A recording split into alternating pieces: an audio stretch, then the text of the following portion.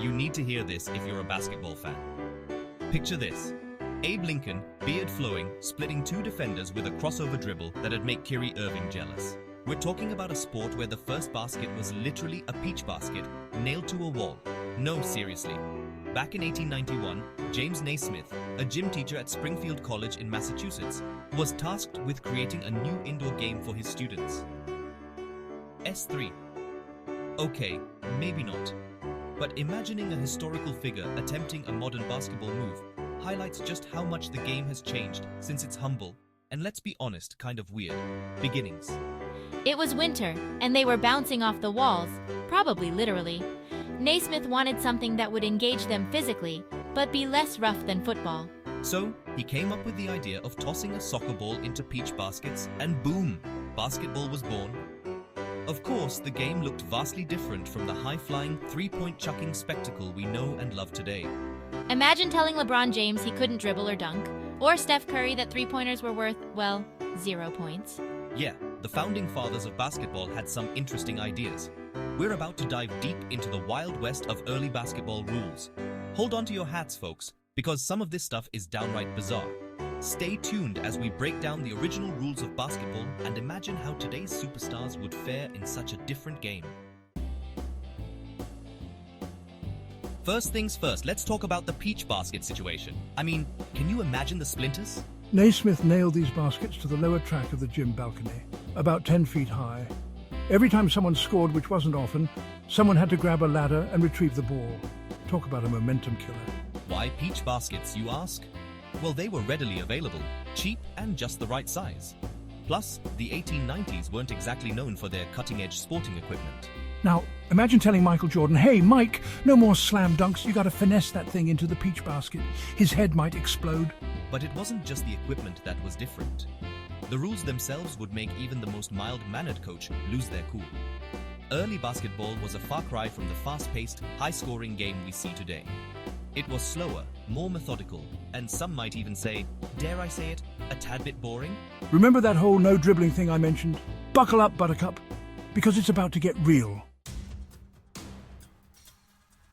Okay, imagine this. You're LeBron James, you catch the ball on the wing, and you're ready to attack the basket. But wait, you can't take a single dribble.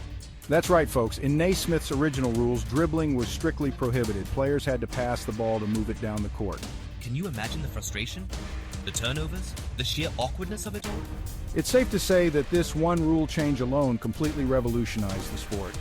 It's hard to overstate how much this one rule impacted the game. Players had to be incredibly creative to find ways to score. They relied heavily on passing, setting screens, and using the entire court to their advantage. It was a true team sport, with an emphasis on ball movement and strategy. Are you shocked to learn that dunking was almost non-existent in early basketball? Technically, it wasn't explicitly banned in the original rules. But with those peach baskets hanging 10 feet in the air, let's just say it wasn't exactly encouraged. Plus, remember the no-dribbling rule? Yeah, good luck getting close enough to the basket for a dunk without taking a single dribble. But even without dunking, early basketball had its moments of excitement. Players developed crafty shots and passing techniques that would make even the flashiest point guard today raise an eyebrow. They had to be accurate too with those small baskets and unforgiving rims. These early pioneers of the game may not have had the athleticism or the high-tech equipment of today's players, but they were incredibly skilled in their own right. They laid the foundation for the game we know and love, and their ingenuity continues to inspire generations of players and fans. Now, for the fun part. Let's imagine for a second that we could transport some of today's biggest stars back in time to the era of peach baskets and no dribbling. Who would thrive? Who would struggle? Would LeBron's brute strength and court vision still make him king? Could Steph Curry's shooting range revolutionize the game, even without the three-point line? And what about Giannis? Could the Greek freak use his long limbs to dominate on both ends of the court, even with the limitations of the early rules? It's a fascinating thought experiment. On one hand, today's players are bigger, faster, and stronger than their predecessors. They've trained their entire lives to play the modern game. But the players of the past were incredibly skilled and adaptable. They had to be, to overcome the limitations of the early rules. The game continued to evolve in the decades after its invention. Rules were tweaked, equipment improved, and new strategies emerged. One pivotal figure in this evolution was George Mikan, a dominant center who played in the 1940s and 50s. Meekin's dominance forced the NBA to introduce the goaltending rule and widen the lane, proving that sometimes one player can change the game. Meekin's era was a bridge between the early days of peach baskets and the modern game. Players were becoming bigger, faster, and more athletic. The game was speeding up and scoring was becoming more frequent. But even as the game evolved, the legacy of those early rules remained. The emphasis on passing, spacing, and teamwork that defined those early games continued to influence the sport as it grew in popularity and complexity. Fast forward to today, and basketball is practically unrecognizable from its humble beginnings. We've got high-flying dunks, lightning-fast breaks, and enough three-pointers to make James Naismith's head spin. The introduction of the shot clock, the three-point line, and countless other rule changes have transformed basketball into the fast-paced, high-scoring spectacle it is today. And you know what? It's awesome. The modern game is a testament to the ingenuity and creativity of generations of players, coaches, and fans. It's a game that's constantly evolving, always pushing the boundaries of what's possible. But amidst all the flash and excitement, it's worth remembering the game's roots.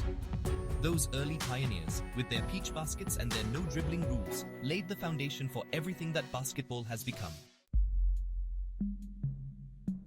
So, back to our original question. How would today's greats fare in the era of peach baskets and no dribbling? It's impossible to say for sure, of course, but one thing's for certain, they'd have to adapt. Imagine Michael Jordan, stripped of his aerial acrobatics, forced to rely on his passing and court vision. Or LeBron James, his powerful drives to the basket stifled by the no-dribbling rule. It's a funny thought, but it also highlights the incredible evolution of the game. The skills that were essential for success in 1891 are vastly different from the skills that define greatness today. The story of basketball is a story of constant evolution. It's a testament to the power of human ingenuity, our ability to take a simple idea and transform it into something truly special. From those humble beginnings in a Springfield, Massachusetts YMCA to sold-out arenas and billion-dollar broadcasting deals, basketball has come a long way, but one thing remains constant: the joy of the game, the thrill of a perfectly executed play, the agony of a last-second shot, the camaraderie of teammates battling it out on the court. These are the things that make basketball such a special sport, no matter what the rules may be. So the next time you're watching a game, take a moment to appreciate the journey. From peach baskets to slam dunks, from no dribbling to ankle-breaking crossovers, basketball has always been a game of innovation, creativity, and sheer unadulterated fun.